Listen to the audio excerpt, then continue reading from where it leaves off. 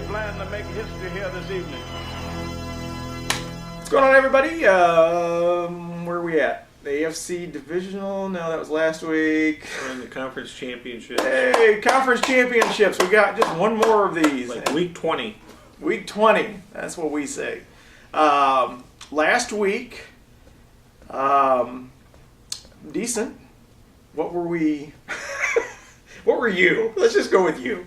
Well, I think on the point spread I was 1-3, but when we actually made the bets, it was 2-2. But we were 4-0 on the over/under. I was 4-0 on the over/under. Yeah, he's 4-0 on the over/under. And we never do over/under. And we never do. Maybe we should start doing that. And you know what? I think we've done it maybe 4 times all year, and I think we hit on every time we've done it. But yeah, maybe I think next year you're not going to get the whole shebang. I think we're just going to do like everybody else and do just a couple teams. Fuck it. One thing, it'll keep our videos down, and another thing, I think it'll make us look a lot better than trying to guess all these fucking games. I don't care about looking better. Obviously. But really good week. Like I said, this is now 3 weeks in a row. We've been doing really good. So before we get started, fuck it, you're getting another movie review. This one, as opposed to last week when I saw Wolf of Wall Street and it was about pretty much a scumbag. I actually went and saw Lone Survivor yesterday, and I'm really glad I didn't do the review yesterday. Because if I would have did the review yesterday, I think I would have said, it was a good movie. Basically, like Black Hawk Down. I mean, it was about a operation. I think that was Army Rangers. This was the Navy SEALs. But basically the same thing. It's just about an operation. But as the title suggests, there's a lone survivor. This was directed by the guy that did the Battleship. I don't know his fucking name. I just saw it was directed by the guy that did Battleship from Universal. A fucking horrible movie that came out last year. I think it had like Rihanna in it or something like that. And the movie was just sucked. Thank God they gave this guy a second chance. This was a really good movie. I saw it at the theater with about 40 people in the middle of the afternoon yesterday. Mixed crowd, though. Usually it's old people at that time of the day. It was a mixed crowd. I mean, there were younger girls there. Not younger girls, like, I would say 20s. Younger couples, older couples, stuff like that. This movie is about a guy, Navy SEAL, Marcus Luttrell. He's the guy that actually made it out of this. He was part of a SEAL Team 10 in 2005. It was a raid in Afghanistan where they were looking for a Taliban leader. Obviously, it goes bad, as the title suggests. I'm not going to try and give away any spoilers. At the end, the one guy does survive, obviously. There's a book out and all that stuff. And most people, if you're up on current events, probably already know this. But this movie was very good. I liked it better than Wolf of Wall Street. And that was supposed to be something good. But no, compared to this, that was just bullshit. This movie did a really good job of invoking emotion.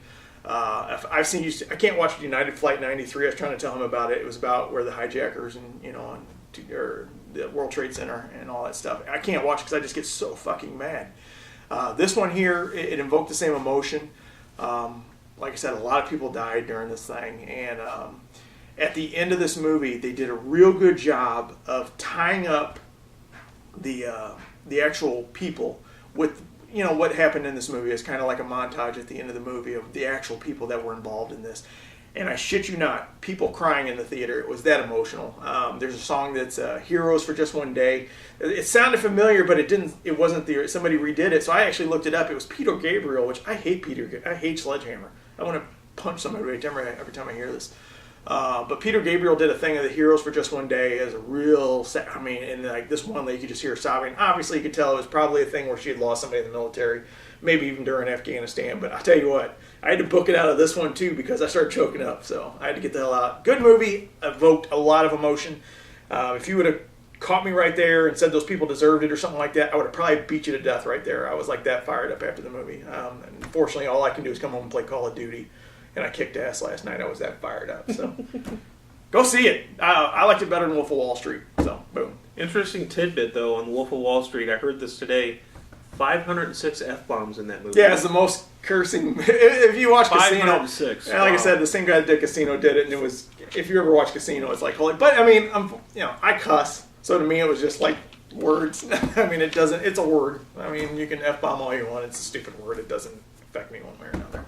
But yeah, definitely. I mean, I was jacked after that movie. So. All right. What are we doing now? You want to do some picks? Go ahead and do Sure. them. I'm just going to leave. No, give me a review of how I do here. You got it. All right, first game Starting Sunday, No. 3 o'clock Central Time. You've got New England going to Denver. New England's favored now by, according to what we follow, Sportsbook, it's by 5 points. Or did I say New England? Denver's favored by 5 points. Over-under is 57. I've gone back and forth on this game. You look at the last time they played, I think New England was up like 24-0. New England came back and won.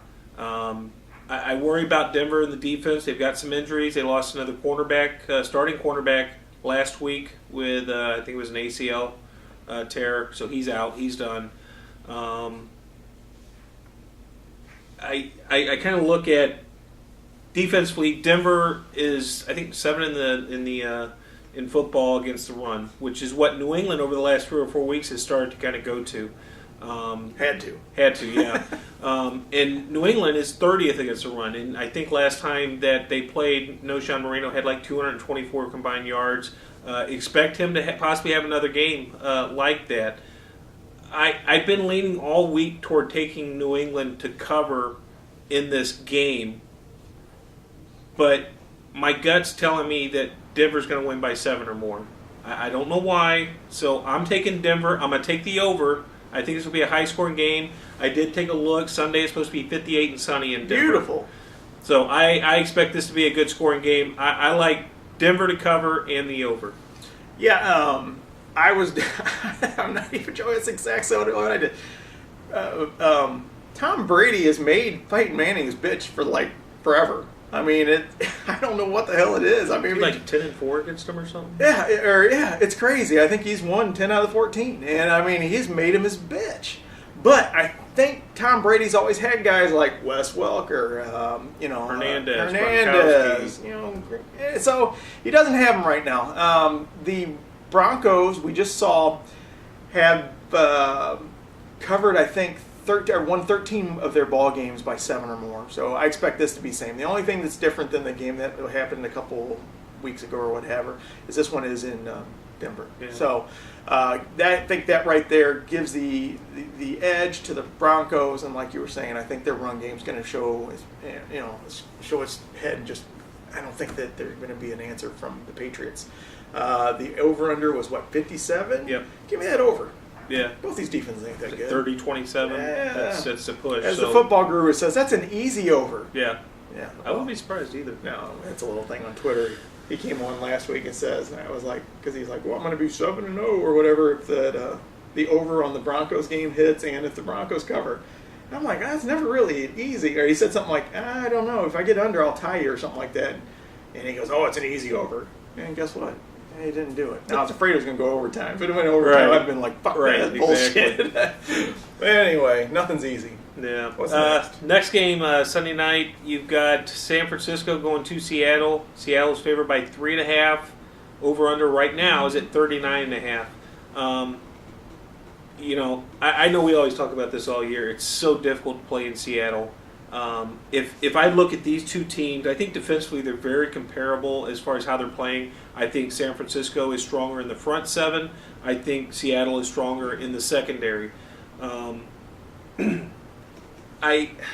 look at the last 2 times San Francisco has gone to Seattle. They have lost by a combined score of 71-16. So in their last 2 games in Seattle, they've lost by 55 points. They did beat them at home. I think it was 19-17, probably 6-7 weeks ago. I think San Francisco right now is probably playing the best of the 4 teams that remain, both offensively, defensively, and special teams. It's hard to go against Seattle, but they haven't looked the same offensively. Defensively, they will be in this game because of the defense. It all comes down to the offense. No Percy Harvin. He's been ruled out because of a concussion. Russell Wilson hasn't been dynamic over the last month or so. Granted, you've got Marshawn Lynch. He will get his yards, but this is going to be a very defensive-minded game. I really like San Francisco to cover 3.5. they could win this game. I would probably lean toward taking San Francisco because I kind of want San Francisco because I really do hate Pete Carroll in Seattle. Sorry if anybody's rooting for him. It's just because they're in our division. So San Francisco. Yeah, I know, but I hate them all. kind of like Harbaugh. He shops at Walmart. Yeah, nice khaki, nice $6 khaki. Yeah. That's been So all I'm taking San Francisco on the over/under 39.5. You know what? The last game they played in San Francisco was 1917. I did look. It's supposed to be relatively nice, 48 and partly sunny on Sunday. I'm going to go the over. At 40 points, it's a tough one for me, but I am going to go the over. I think there will be a low scoring. I think you could see some defensive turnovers, short fields. So give me the over. I'm going to take San Francisco in the over in this one. 20-17. I didn't even know the score of the last one, but when you said that, I had 20-17 in my head for this game. And I'm going to say it's going to be Seattle, which would be nice because you'll actually have, I think, the two best teams making it to the Super Bowl if everything plays out the way we're going to say. I'm going to take that under, obviously, with 20-17. That doesn't equal 39, so I'll take the under. Go ahead and give me San Francisco to cover 3.5, and I wouldn't be surprised if this is 3 when that frickin' kickoff starts. So, I mean, you know, and that you're going to be pushing, which I think we had one last week, which was bullshit. So I'm going to go ahead and take San Francisco also, but I'm going to take the under on this one. I just don't see the ball. It's going to be a boring game if you ask me. One's going to be just all shooting and going, and the other one I think is going to end up being just a real boring, grinded out. Everybody's going to be afraid to make that big move, I think, in this game because they know that one big move is something, if they try something different and it fails, it could cost them the game. So you're going to see a lot of fucking ground and pound, and you're going to see two good defenses just you're going to see the ball at the 30 and then 30 and 30 and 30, and it's just going to be back and forth. But you're going to get 20 points out of one and 17 out of the other. So, DNC, you say boring. I actually think it's exciting. You're going to have some big hits. When there is a play where a team gets big yardage, there's a little more excitement to it. I'm looking forward to the game. And these teams generally do not football. like each other. No. If you've watched anything leading up to this one, you can tell that they really do not care. I think, was it Sherman that said something like, man, if we wanted to do it on the field, we'd get arrested, off the field for what we want to do. And then the other guys, I don't think the teams hate each other. I really just don't think Tom Brady and Peyton Manning them not liking each other is not a big of a deal because they're not on the field at the same time. So I just think it's a different team. I just think it's a different San Francisco team than what played Seattle week 2. Yeah, no, Crabtree back. If you look at the way they've been going, they've kind of matched the MO of a team that's actually won Super Bowls in the past, kind of like the Giants, that one where they started out real shitty and built their way to. They've been kind of on that roll now, but I think San Francisco going to Seattle is just a little bit different. Yeah. So anyway, that's all we got. One more of these, and then we're shutting it down. Going to Vegas. Oh, he's going to Vegas. You know what? I might do a video for WrestleMania 30 since I'm going to be down there. I might just be like, hey, look at me on the WrestleMania 30. 40-year-old man at WrestleMania. USA. I'm surprised you didn't go around doing Hacksaw Jim Dugan yesterday with a big 2x4 to flag and after seeing the movie. Oh, dude. I mean, like I said, I had to get on. I started. When I heard that lady crying, I'm like, oh, fuck. And I was like, you know what? This is really sad. You trying to make a movie? Huh? No, she was her husband was there. You could see that. Oh, okay. Never mind. I think I was the only guy by myself at the theater. I was like looking around. I was like, two heads. I was like, well, fuck it. Yeah. 1, 2 heads. Okay, Pee-wee. Yeah. Anyway, that's all we got. We will see you guys for the Super Bowl. Take care, guys.